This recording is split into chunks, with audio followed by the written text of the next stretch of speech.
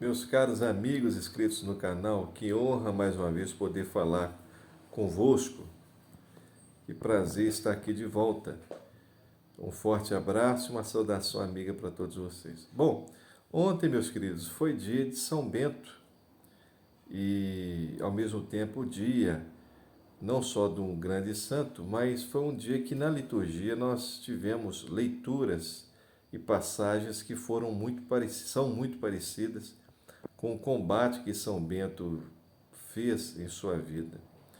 Na leitura que nós tivemos do Antigo Testamento, o livro do Gênesis, ouvimos sobre a luta de Jacó com o anjo. Jacó lutou horas com o anjo, senão até a noite, e tentando, achando que tinha forças para vencer o anjo deu simplesmente um golpe nele e ele teve um deslocamento da sua coxa. E ele pedindo àquele anjo que lhe abençoasse. Ou seja, ali você já viu que por mais que um ser humano tenha a graça de Deus, a natureza do anjo é muito superior, porque Jacó tinha essa graça antecipada, claro que em nível muito menor, comparado hoje até com o povo católico.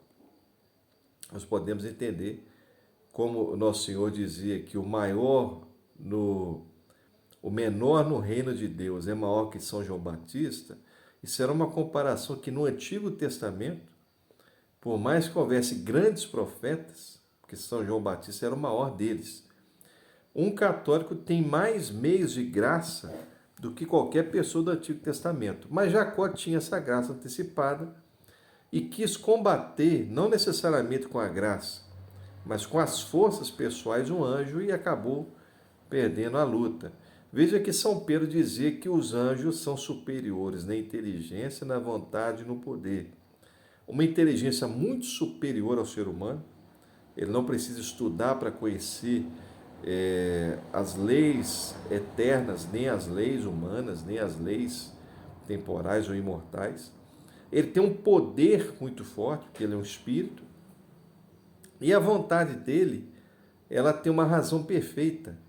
Então, um anjo age pela graça de Deus, porque Deus é espírito o tempo todo. Nós não temos essa capacidade. Nós somos carne, nós somos matéria. E São Pedro dava essa relação de superioridade do anjo.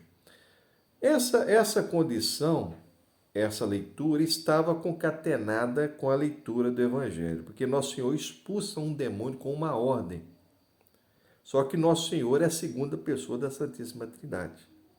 Ainda disse aos apóstolos que determinados tipos de demônio são expulsos pela oração e pelo jejum. Entenda muito bem, meus queridos. É importante a gente destacar que a função de um anjo, como ela é superior ao homem, nenhum ser humano vence por si mesmo o demônio se não tiver a graça de Deus.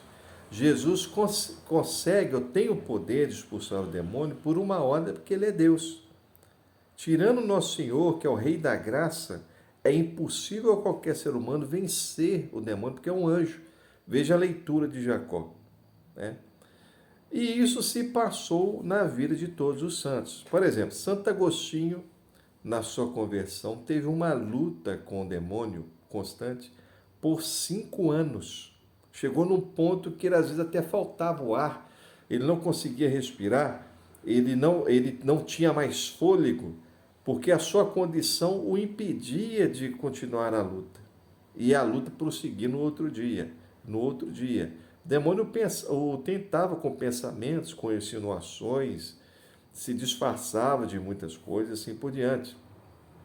A mesma coisa se passou com São Jerônimo, só que muito pior. São Jerônimo teve uma tentação contra o demônio, ou a tentação do demônio, na verdade, uma luta contra o demônio, a tentação do demônio, que durou 10 anos. Foram 10 anos de luta constante. Chegou no ponto que ele começava a se golpear com pedras, com pedaços de pau, para tentar vencer o diabo. Por quê, gente? A Bíblia, a Escritura é clara. A nenhum ser humano é dada a capacidade de vencer o demônio pela sua própria natureza. Como Nosso Senhor dizia, só se vence determinados demônios pela oração, pelo jejum. Só que nós sabemos que a oração e jejum é condição fundamental para obtermos a graça. É o mesmo que dizer, só se vence o demônio pela graça. E só se vence alguns demônios por uma graça especial. Então São Jerônimo lutava constantemente contra o diabo. E claro, essa luta durou 10 anos, mais que a de Santo Agostinho. Inclusive, Santo Agostinho dizia nas suas confissões que em determinadas semanas ele pensava assim: eu não estou sendo tentado, eu venci a tentação.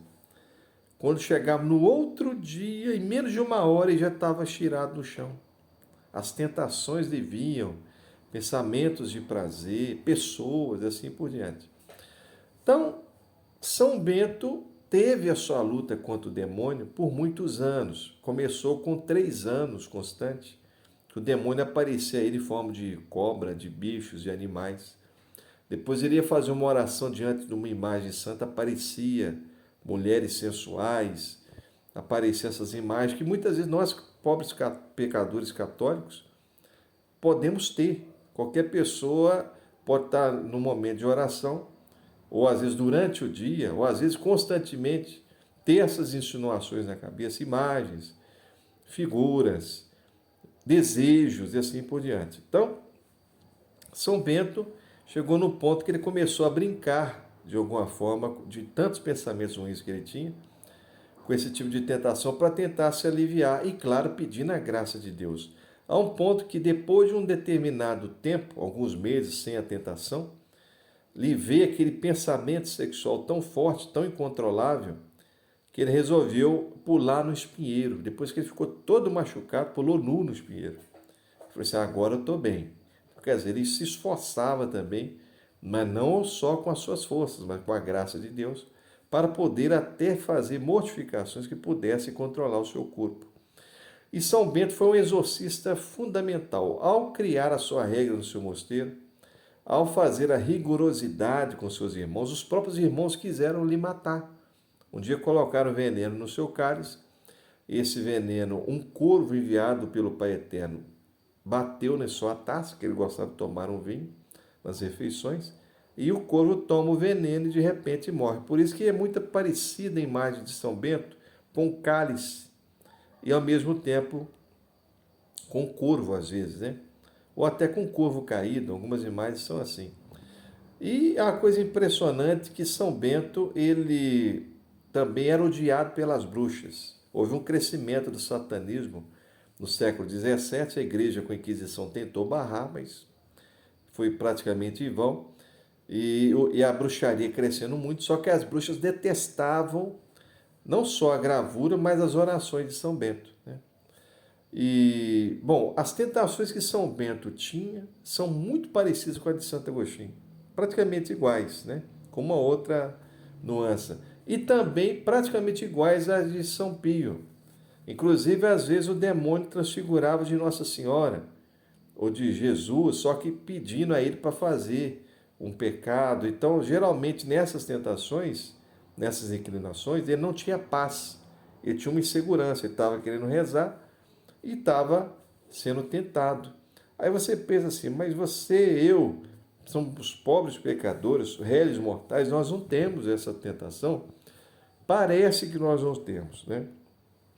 Mas se você parar para pensar, quando você começa a buscar a Deus, você vai rezar o seu terço, você vai fazer sua meditação, ou a leitura das horas, ou vai rezar um salmo, ou vai até fazer um texto de jaculatórias, lhe vem à mente alguns pensamentos horríveis. Quando não são pensamentos, podem vir às vezes coisas voluntárias, xingamentos, palavrões, e ao mesmo tempo, às vezes um desespero, esse desejo de desespero, não, eu estou perdendo tempo rezando, ou alguma mensagem de alguém lhe pedindo para fazer o mal, ou de alguém que às vezes você praticava algum pecado e agora que você largou, está querendo que você pratique de novo. Então isso tudo parece que não, mas é tentação do demônio para fazer você perder a sua alma, ou para fazer você perder o seu estado de graça. Perceba bem, as tentações são praticamente as mesmas. As imagens que São Pio tinha, que apareciam às vezes até imagens sensuais, ligadas a santos às vezes também, ou na oração aparecia aquelas coisas, são as mesmas que São Bento tinha. Chegou no ponto que São Bento, quando ia rezar diante da cruz, aparecia às vezes uma mulher nua. aparecer. Isso tudo era imagem do demônio, ou tentações do demônio para fazer perder. Então, nós também, quando damos as costas para o mal, mesmo de forma simples, às vezes você não tem uma vida assim tão superior, todos nós não temos, comparado com São Bento, não tem nem comparação, mas o fato de você querer rezar e querer ir à missa, ou querer manter o seu estado de graças, já te faz sujeito às tentações das mais horríveis. Então, toda vez quando vier uma voz, um pensamento, uma imagem, e ela se repetir, a forma principal que você tem de lutar contra ela é pedir a Deus a graça. Não faça como Jacó. Jacó, na verdade, fez como lição para nós. Pensou em vencer a tentação pela própria força e perdeu. Teve uma coxa arrancada. E Nosso Senhor falou muito bem que esse tipo de tentação só se expulsa pela oração e pelo jejum. Então faça jejum, faça oração, peça a São Bento, né? Na comunhão, quando você for adorar Jesus na comunhão, que é essa forma correta, você comungou, você está comendo o corpo e o sangue do Senhor. Então você adora Jesus e peça, pelo poder de Jesus, a permissão e a glorificação daquele santo, a permissão de intercessão daquele santo. Ele, mais glorificado pela comunhão, vai socorrer a você. Então faça isso com relação a São Bento, que era um grande exorcista, como também São Paulo foi, e sempre expulsava São Paulo os demônios pela graça de Deus, pelo nível avantajado que ele tinha do Espírito Santo. Então, pensamos a Deus sempre essa graça, essa força, né?